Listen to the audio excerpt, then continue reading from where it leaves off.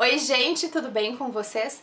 Na semana passada eu postei uma foto no Instagram e no Facebook com 3 livros e pedi que vocês escolhessem o tema do próximo vídeo, ou seja, qual deles vocês queriam ver primeiro aqui no canal.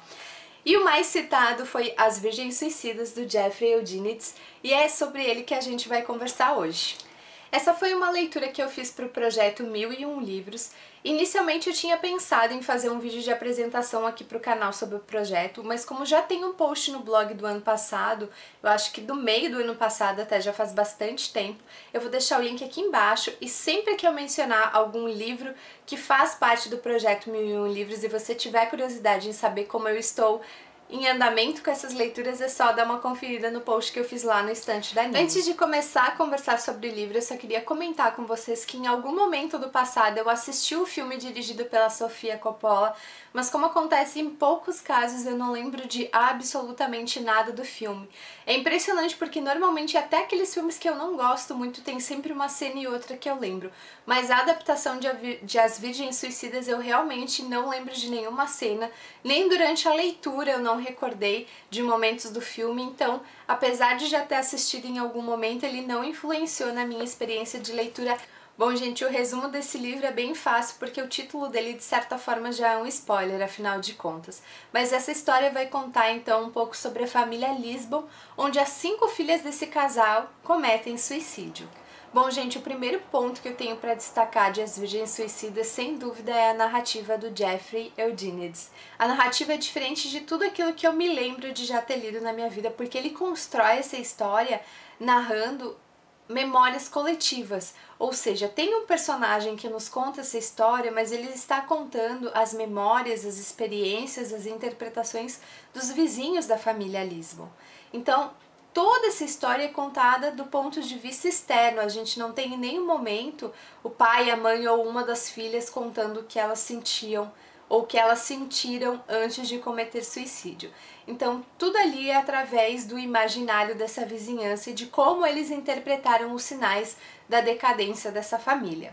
Apesar do livro ter parágrafos extensos e não é o tipo de livro que eu consigo ler, por exemplo, na rua, no ônibus, porque eu não consigo ler muito bem com barulho ou com música. Eu sei que muitos de vocês não têm problema com isso, mas eu tenho, então foi uma leitura que eu precisei me concentrar bastante. Apesar disso, por vários momentos eu tive a impressão de que era uma conversa, de que alguém estava sentado do meu lado e me contando essa história como se tivesse acontecido com pessoas da sua família ou com pessoas que moram na rua de trás e que eles conviveram. Então é muito interessante esse aspecto da narrativa e sem dúvida se eu tivesse que destacar um ponto, que foi assim o ponto alto, o grande diferencial para mim em relação ao livro com as outras leituras que eu já fiz até então, é a narrativa do Jeffrey Eugenides. Outro aspecto que tem relação também com esse ponto que eu acabei de citar é que em poucas cenas um ou vários personagens de fato presenciaram ou participaram diretamente.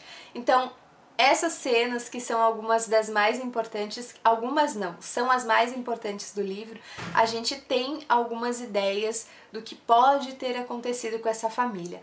Mas esse é um livro, gente, que ele não tem resposta no final. Pelo menos essa foi a sensação que eu tive.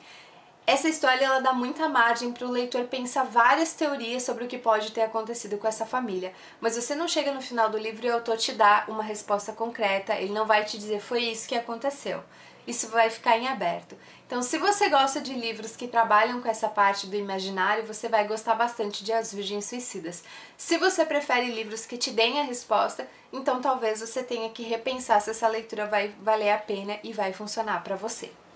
Outro ponto interessante desse livro é que ele se passa na década de 70, e apesar de ser nos Estados Unidos e, claro, haver grandes diferenças em relação ao período em comparação com o Brasil, o leitor consegue perceber algumas peculiaridades, algumas questões importantes sociais e culturais da época. Então, na verdade, a família Lisbon nem é a família mais misteriosa, nem é a família mais interessante daquela redondeza, daquela vizinhança. No entanto, como acontece uma tragédia familiar, esse fato acaba chamando atenção e atraindo então como eu posso dizer, o radar dos vizinhos que vão então circular, também vão girar em torno dessa família para tentar entender o que está acontecendo ali próximo à sua casa. Na verdade, gente, eu achei bem difícil contextualizar as ideias sem contar spoilers para comentar com vocês no vídeo, tanto que a ideia era gravar ele sábado ou domingo e eu estou gravando hoje terça-feira. Bom, gente, e por fim, né, dos meus comentários gerais sobre esse livro, eu quero explicar por que eu não dei 5 estrelas para ele. Eu dei 4 estrelas, apesar de ele ser um 4 estrelas, mas caminhando para 5 estrelas. Um dos suicídios, né, o suicídio que desencadeia toda a decadência da família Lisbon, ele acontece bem no princípio do livro, o primeiro deles, a primeira filha que comete suicídio. E aí depois a gente vai percebendo como isso afetou, mesmo que num primeiro momento de forma nem tão aparente, mas com o passar da história a gente percebe como isso afetou a família toda. Só que eu esperei que os outros suicídios das outras meninas, das outras irmãs, fossem acontecer separadamente no livro, e não. E outro aspecto também que está relacionado a isso é que em vários momentos do livro o autor ele dá um pouco mais de espaço para essa vizinhança, para esse bairro. Então as suas peculiaridades, o que foi mudando ao longo desses meses, e eu achei alguns desses momentos um pouco enfadonhos, sabe? Um pouco cansativos. Então foram momentos que a minha leitura deu uma travada, eu li devagar, um pouco mais devagar esses capítulos, mas que são importantes porque, afinal de contas, essa história é contada pela uma visão geral dos vizinhos, da vizinhança.